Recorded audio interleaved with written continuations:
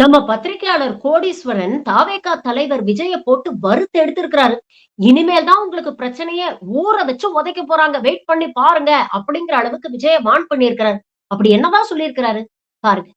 என் மூஞ்ச பார்த்தா அழுத்தத்துக்கு ஆளாகிற ஆள் மாதிரியா தெரியுதுன்னு கேக்குறேன். அழுத்தத்துக்கு ஆளாகிற மாதிரிலாம் பயந்து ஓடுற ஆள் மாதிரி தெரியுது அப்படின்னு வெளில பேசிக்கிறாங்க.